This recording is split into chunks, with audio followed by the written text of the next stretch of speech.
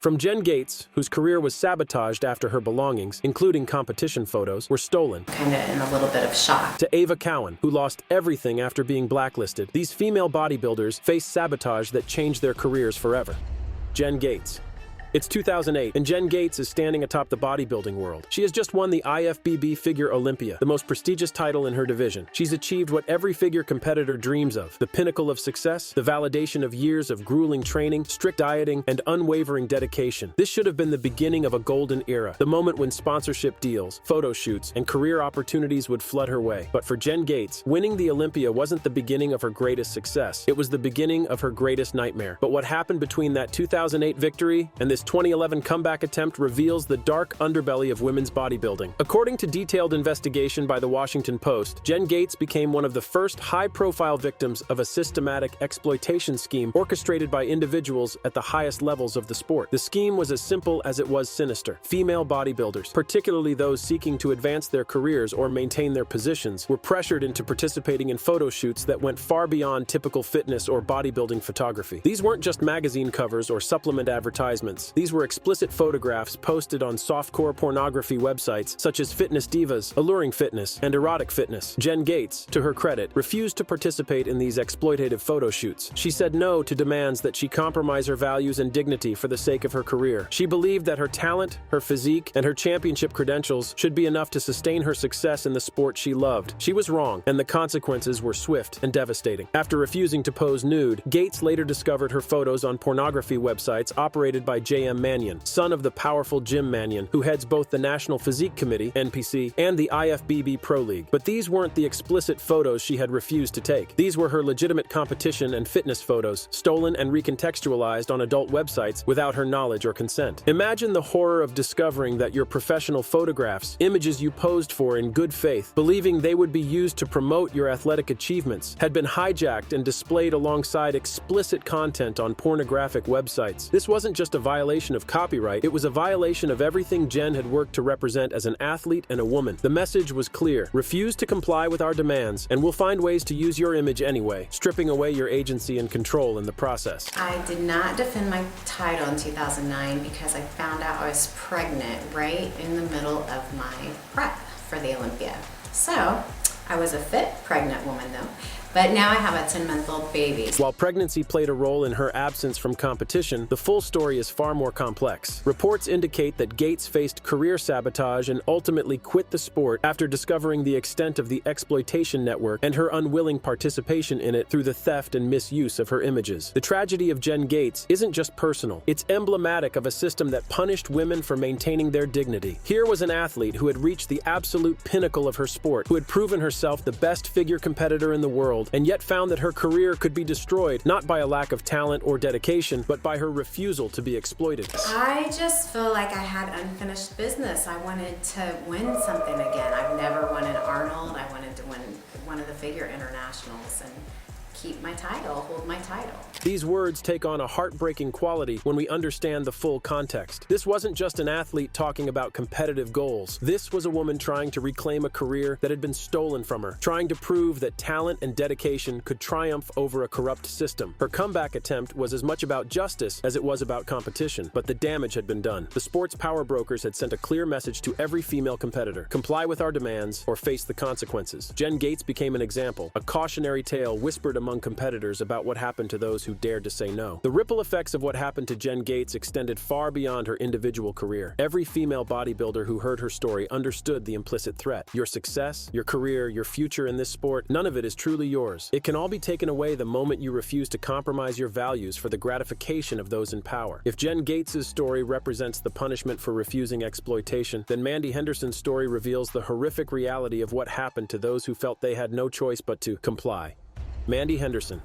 Mandy Henderson wasn't just any aspiring bodybuilder. She was a sheriff's deputy from Santa Clara County, California, a woman trained in law enforcement, someone who had dedicated her career to protecting others and upholding justice. If anyone should have been equipped to recognize and resist exploitation, it should have been Henderson. But that's precisely what makes her story so chilling. The exploitation network within bodybuilding was so sophisticated, so embedded within the sport's power structure, that even a trained law enforcement officer found herself trapped within its web. Henderson detailed how she was pressured into nude photography with explicit promises promises of career advancement, specifically the coveted pro card that allows amateur athletes to transition into professional competition. This wasn't a vague suggestion or an implied quid pro quo. According to reports, the connection between sexual exploitation and career advancement was made explicitly clear. The pro card represents everything to an aspiring bodybuilder. It's the difference between competing at local shows for small trophies and competing on the biggest stages in the world for significant prize money, sponsorship opportunities, and professional recognition. It's the gateway to events like the Arnold Classic and the Olympia, the competitions that every serious bodybuilder dreams of reaching. For someone like Henderson, who was balancing a demanding career in law enforcement with her passion for bodybuilding, the pro card represented validation that all her sacrifices, the early morning workouts, the strict dieting, the financial investment in coaching, and competition expenses had been worthwhile. It was her ticket to the big leagues, her chance to compete against the best female athletes in the world. The individuals controlling access to pro status understood this desperation, this burning desire that drives athletes to extraordinary lengths. They weaponized it, using the dreams and ambitions of female competitors as leverage for exploitation. According to investigative reports, Henderson was told that participating in explicit photo shoots was essentially a prerequisite for career advancement. This wasn't presented as optional or as one possible path among many. It was presented as the way things worked in women's bodybuilding if you wanted to succeed at the highest levels. Think about the impossible position this put Henderson in. As a law enforcement officer, she understood that what was being asked of her was wrong. She knew that sexual coercion was a crime, that using positions of power to exploit others was exactly the kind of behavior she had sworn to combat in her professional life. But as an aspiring bodybuilder, she also understood that refusing could mean the end of her competitive dreams. She had invested years of her life, thousands of dollars, and countless hours of training into reaching this point. The individuals making these demands controlled not just pro status, but the entire competitive landscape of women's bodybuilding. The psychological pressure must have been overwhelming. This was a woman who had dedicated her life to justice and protecting others, now being forced to choose between her principles and her dreams. The very system that was supposed to celebrate her athletic achievements was instead exploiting her dedication and ambition. Henderson ultimately agreed to the photo shoots, believing this was the price of advancement in her sport. The promised career benefits materialized. She placed fourth in 2009 and earned her pro card by winning first place in 2010. But at what cost? The woman who had spent her career fighting injustice had become a victim of one of the most systematic exploitation schemes in modern sports. The images from these shoots ended up on the same pornographic websites that featured stolen photos of other female bodybuilders, part of a collection that advertised over 30,000 images and featured over 200 female athletes. The most tragic aspect of Henderson's story is what happened after she achieved her competitive goals. Reports indicate that she ultimately quit the sport, leaving behind the pro card she had sacrificed so much to obtain. The toxic environment that had demanded her exploitation in exchange for success became unbearable once she understood the full scope of what she had been drawn into. Henderson's case reveals the calculated nature of the exploitation network. These weren't random acts of misconduct by individual bad actors. This was a systematic scheme that identified women's deepest professional desires and used them as weapons of coercion. The perpetrators understood exactly what mattered most to female bodybuilders and exactly how to leverage those desires for exploitation. For every female bodybuilder who heard Henderson's story, the message was clear. Success in this sport comes with a price. That has nothing to do with training, nutrition, or athletic ability. The question wasn't whether you were talented enough to succeed. The question was whether you were willing to sacrifice your dignity for the opportunity to find out. Then we have the story of Ali Garcia, who represents perhaps the most infuriating aspect of the exploitation scandal within women's bodybuilding: the systematic retaliation against athletes who dared to refuse exploitation demands.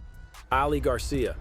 Garcia's story begins like so many others in competitive bodybuilding, with dreams, determination, and the kind of relentless dedication that transforms ordinary individuals into extraordinary athletes. As an IFBB bikini pro, she had already achieved what most competitors only dream of: professional status in one of bodybuilding's most competitive and rapidly growing divisions. In an interview, we can hear the optimism and determination that characterized Garcia's approach to competition. I feel pretty confident. I made some major changes after New Orleans. My placing there was enough to light a fire under my butt. This wasn't just athletic confidence speaking. This was a competitor who understood how to analyze her performance, make adjustments, and come back stronger. Garcia exemplified the kind of professional athlete that bodybuilding organizations should have been proud to showcase: dedicated, analytical, constantly improving, and committed to excellence. I'm in it to win it, and that's what I'm hoping to do because my second year as a pro, and I'm ready to hit that Olympia stage. I believe I have what it takes. and I think I'm going to show the judges that on Saturday as well. These words, spoken with such confidence and ambition, take on a tragic quality when we understand what happened to Garcia's career after she refused to comply with exploitation demands. This was an athlete who believed in the meritocracy of sport, who thought that talent, dedication, and hard work would be enough to achieve her dreams. According to investigative reports, Garcia faced career setbacks after refusing to participate in nude photo shoots. Unlike Henderson, who felt pressured to comply, Garcia made the decision to maintain her boundaries regardless of the consequences. This should have been a decision worthy of respect and support from the bodybuilding community. Instead, it became the beginning of a systematic campaign to destroy her competitive prospects. Reports indicate that Garcia had her management contract terminated after refusing nude photography demands. This wasn't simply the end of a business relationship. In the insular world of professional bodybuilding, losing management representation can be career-ending. Managers don't just handle business affairs, they often serve as intermediaries with judges, promoters, and other power brokers who control competitive opportunities. But the retaliation didn't stop with contract termination. Garcia faced ongoing career setbacks and ultimately concluded that advancement in the sport required compliance with sexual demands. Think about the devastating realization this represents. A professional athlete discovering that her sport's power structure was so corrupt that athletic merit was secondary to sexual compliance. Garcia was deeply invested in the technical aspects of her sport. She understood conditioning, presentation, and the nuances of competitive bodybuilding. She was willing to examine her own performance critically and make adjustments to improve. This is exactly the kind of professional athlete that any legitimate sport would want to retain and develop. But in women's bodybuilding, Garcia's analytical mind and professional dedication worked against her. She was too intelligent not to recognize the exploitation network for what it was, too principled to participate in it, and too honest to pretend it didn't exist. The calculated nature of the retaliation against Garcia reveals the true power structure within women's bodybuilding. This wasn't a situation where a few bad actors were abusing their positions. This was a systematic network that had the power to make or break careers based on athletes' willingness to submit to exploitation. Garcia ultimately quit the sport in 2017, walking away from years of investment, training, and competitive dreams. Her departure wasn't due to injury, lack of motivation, or natural career progression. It was a direct result of a corrupt system that made continued participation untenable for athletes who maintained their dignity. The loss of Garcia's career represents more than just individual tragedy. It represents the systematic elimination of voices that might have challenged the exploitation network. By forcing out principled athletes like Garcia, the sport's power brokers ensured that those who remained were either willing participants in the corruption or too intimidated to speak out against it. The tragedy of Ali Garcia isn't just what happened to her, it's what her forced departure represented for women's bodybuilding as a whole. The sport lost a talented, dedicated, principled athlete who could have been a positive role model for future competitors. Instead, her story became another cautionary tale that reinforced the climate of fear and compliance that characterized women's bodybuilding during this dark period. Among all the stories of exploitation and retaliation within women's bodybuilding, perhaps none illustrates the systematic and prolonged nature of career sabotage quite like the case of Ava Cowan.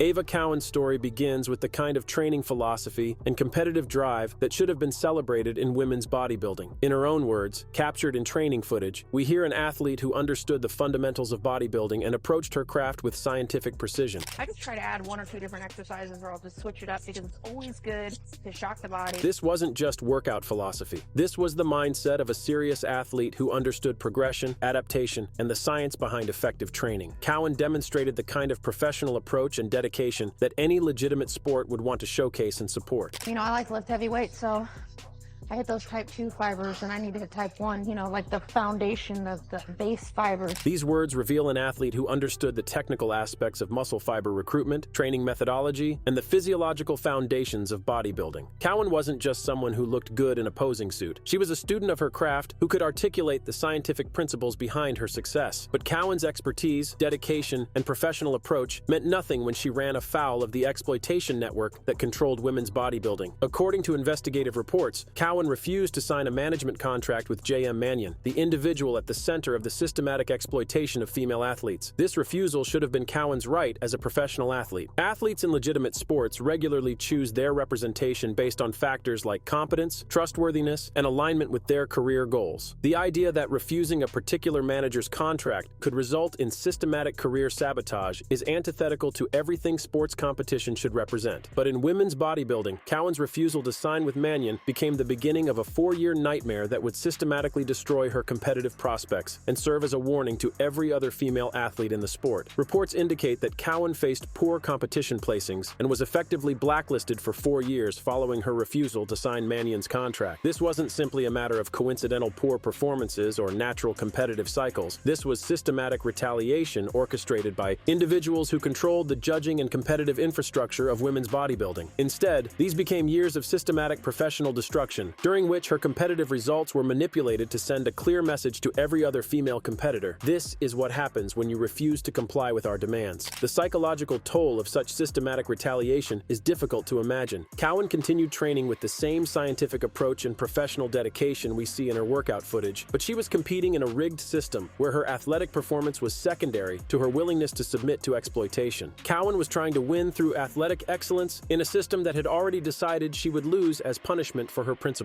The blacklisting continued for 4 years, during which Cowan's career declined not due to any lack of dedication or talent, but as a direct result of organized retaliation. The message to other female competitors was unmistakable. This could be you if you refuse to comply. The cruelest aspect of Cowan's story is what ultimately happened after the 4-year exile. Reports indicate that she eventually posed in lingerie under continued pressure, suggesting that the systematic campaign of career destruction ultimately achieved its goal of breaking down her resistance. Cowan's career was further impacted by a neck injury, adding physical trauma to the years of systematic professional sabotage she had endured. By this point, the damage to her competitive prospects and earning potential was irreversible. Every female competitor who heard Cowan's story understood the implicit threat. We don't just punish those who refuse us. We destroy them over years, systematically and methodically until they break. And if they still don't break, we ensure their careers never recover. Let's tell you about Negi Shelton, whose case represents a different but equally disturbing form of sabotage within women's bodybuilding: the reckless endangerment of athletes' health through dangerous coaching practices.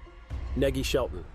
Negi Shelton wasn't a household name in bodybuilding like some of the other athletes we've discussed, but her story represents countless aspiring competitors who trusted their health and futures to coaches and advisors within the sport's established network. She embodies the dreams and ambitions of amateur athletes who believe that with the right guidance, dedicated training, and unwavering commitment, they can achieve professional status and competitive success. According to detailed investigative reporting by the Washington Post, Shelton was an aspiring bodybuilder who followed an extreme conditioning plan prescribed by coach James Ayot. Ayot wasn't some fringe figure operating on the margins of the sport. He was a coach working within the NPC system, the very organization that controls amateur bodybuilding in the United States, and serves as the pathway to professional status. The coaching relationship between athlete and trainer is built on fundamental trust. Athletes, particularly those aspiring to professional status, place their bodies, their health, and their competitive futures in the hands of individuals they believe possess the expertise and ethical standards to guide them safely toward their goals. This trust is especially critical in bodybuilding, where the demands of extreme conditioning can push the human body to its physiological limits. Shelton placed this trust in Ayot, following his prescribed conditioning protocols in preparation for a Virginia NPC contest. She believed she was working with a legitimate coach who would help her achieve her competitive goals while maintaining her health and safety. Instead, she became the victim of coaching practices so extreme and dangerous that they would ultimately threaten her life. The conditioning plan prescribed by Ayata led to severe health consequences for Shelton, including a brain injury that resulted in a coma. Think about what this means. An aspiring athlete following what she believed to be legitimate coaching advice ended up fighting for her life in a hospital, the victim of protocols so extreme they caused brain damage. The details of Shelton's medical crisis reveal the shocking disregard for athlete safety that characterized certain corners of the bodybuilding world. This wasn't a case of an athlete pushing herself too hard despite proper guidance. This was a case of systematic medical negligence masquerading as professional coaching. Brain injury and coma represent catastrophic medical emergencies that can result in permanent disability or death. The fact that these consequences resulted from following prescribed conditioning protocols reveals the criminal level of recklessness that some individuals brought to athlete preparation within the bodybuilding community. But perhaps even more disturbing than the initial incident is what it revealed about the broader system's response to such negligence. Despite the severity of what happened to Shelton, reports indicate that coaches like Ayat continued working with NPC athletes even after such incidents. maintenance. This represents a systematic failure of athlete protection that goes to the heart of the sport's organizational structure. In legitimate sports, coaches who endanger athletes face immediate suspension, investigation, and potential permanent banishment. The idea that someone could nearly kill an athlete through negligent coaching practices and continue working within the same system is antithetical to everything athletic organizations should represent. Reports indicate that Ayat was accused by multiple women of sexual misconduct in addition to dangerous coaching practices, suggesting that the exploitation network extended beyond the core figures we've discussed to include a broader ecosystem of individuals who preyed upon female athletes in various ways. The combination of sexual exploitation and health endangerment in Ayata's case reveals the comprehensive nature of the corruption within women's bodybuilding. Female athletes weren't just being exploited sexually, they were being systematically endangered physically, with their health and safety treated as secondary concerns to the gratification and profit motives of those in power.